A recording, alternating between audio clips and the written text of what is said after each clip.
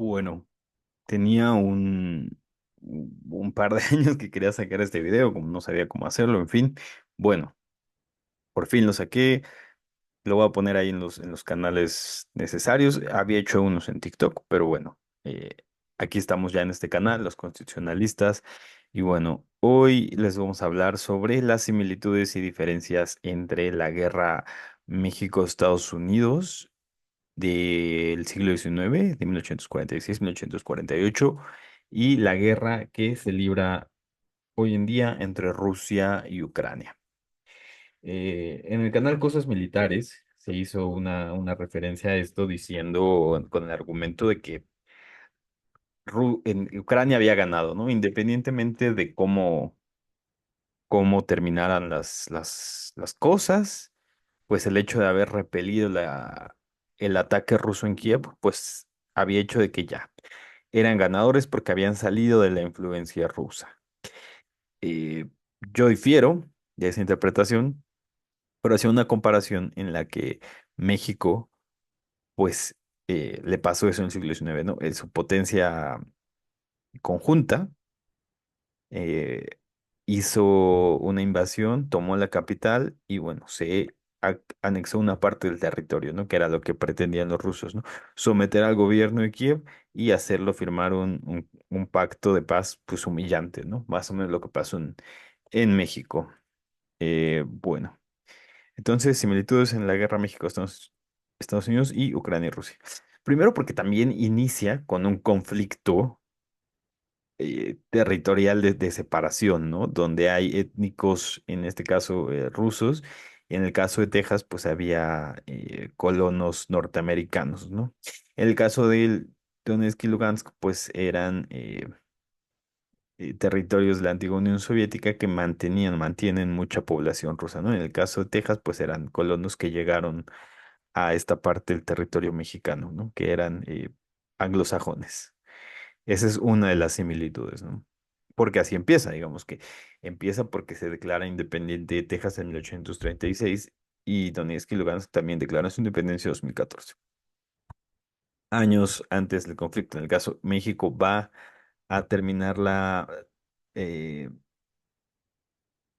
la separación de Texas, la independencia de Texas, pierden.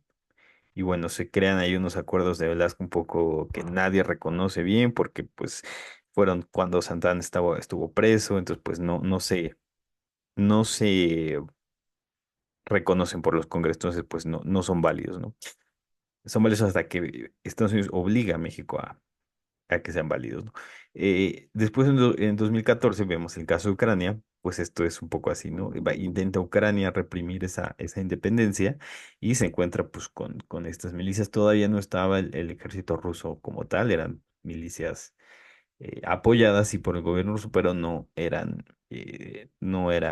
el ejército ruso. Muy bien.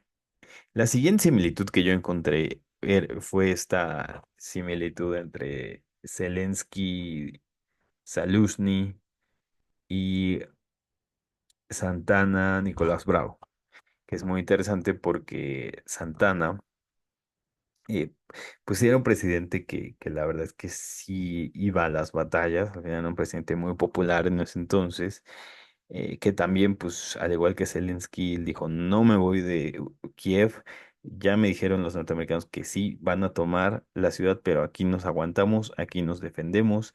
Y bueno, la verdad es que Santana también lideró muchas de las batallas, muchas pues se perdieron, pero bueno, también era un líder militar muy importante. Y en el caso de Nicolás Bravo Saluzny, en el sentido en el que, bueno, pues uno era presidente y otro era como el general de las Fuerzas Armadas, ¿no? El caso de Nicolás Bravo, pues lo aprenden en la batalla del Castillo de Chapultepec. Y bueno, Santana al final pues termina huyendo y bueno, termina haciéndose el pacto con el que era presidente de la Suprema Corte en ese entonces. Bueno, y bueno, desde luego sus vecinos, ¿no? Estados Unidos y Rusia. Eh, Qué bueno, potencias mundiales, ¿no? Y creo que ya pasan las diferencias, pues es que México en el siglo XIX no tenía una OTAN que lo respaldara, ¿no? Nadie le envió armas nadie le enviaba inteligencia. Realmente pues dejaron sola a México, ¿no? Y acá pues hay una serie de países, incluido Estados Unidos, que le envían a Ucrania material, armamento, mercenarios, en fin, para que ya sea una guerra de desgaste. Algo que pues el plan de México pues era mantenerse en una guerra de guerrillas después de tomada la capital, pero que al final pues ya no se dio por los tratados de Guadalupe Hidalgo, que hay que recordar, siguen vigentes en 2024 cuando se graba este video. Comenten qué les pareció el análisis, qué le faltó, eh, qué opinan ustedes, se parece, no se parece. Y bueno, con esto terminamos.